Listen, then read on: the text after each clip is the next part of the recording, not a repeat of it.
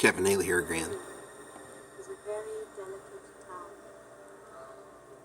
Know then that it is the year 10,191. The known universe is ruled by the Padishah Emperor Shaddam IV, my father. In this time, the most precious substance in the universe is the spice menage. The spice extends life. The spice expands consciousness. The spice is vital to space travel. The Spacing Guild and its navigators, who the spice has mutated over 4,000 years, use the orange spice gas, which gives them the ability to fold space. That is, travel to any part of the universe without moving.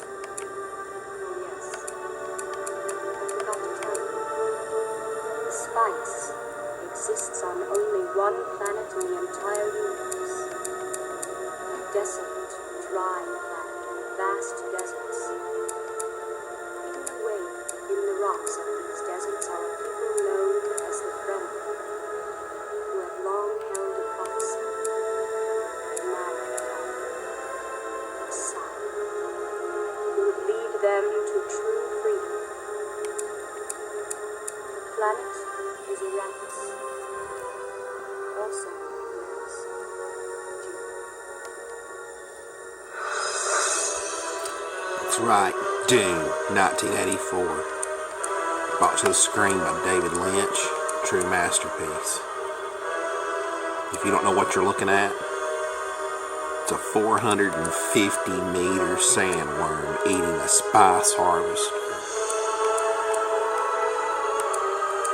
Obviously, there are certain piece limitations for submitting this to Lego digital designers.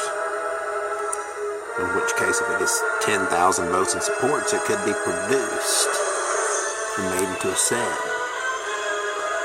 3,000 is the limit. I've already made one at 3,200. Another build by IXS Enterprise.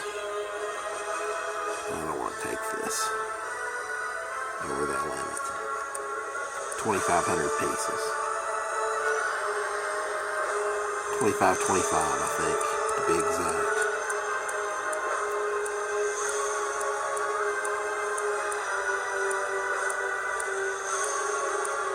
As you can see, I'm building on 2 dimensions here.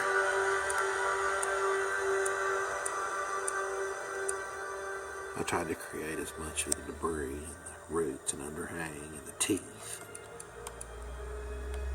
I know the actual worm design itself's a little weak and probably could be filled in a little better, but the fact is, these sandworms are so large. For me to actually make a real one to scale, it would be big and it would be a lot of pieces.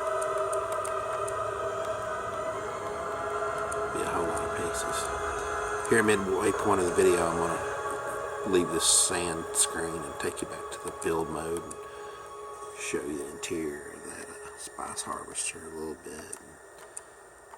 And I'll just about wrap up this video.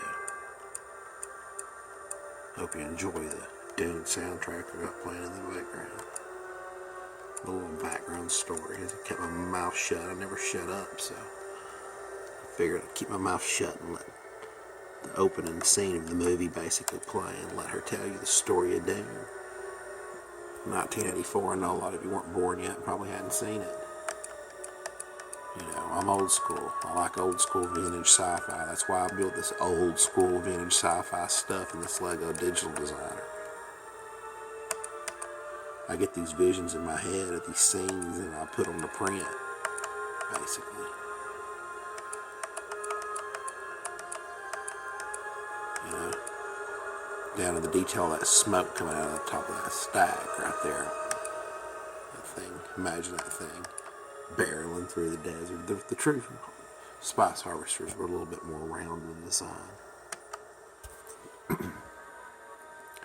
But nevertheless, I do what I can with what I got, Lego pieces. I am working with just Lego blocks, people. I do what I can with what I got at my disposal. I know there's better ideas, better concepts, better ways to build it perhaps, but with what IQ God gave me, I do what I can. I'm sure I'll figure out better concepts. Like anything, the more you do, the better you get.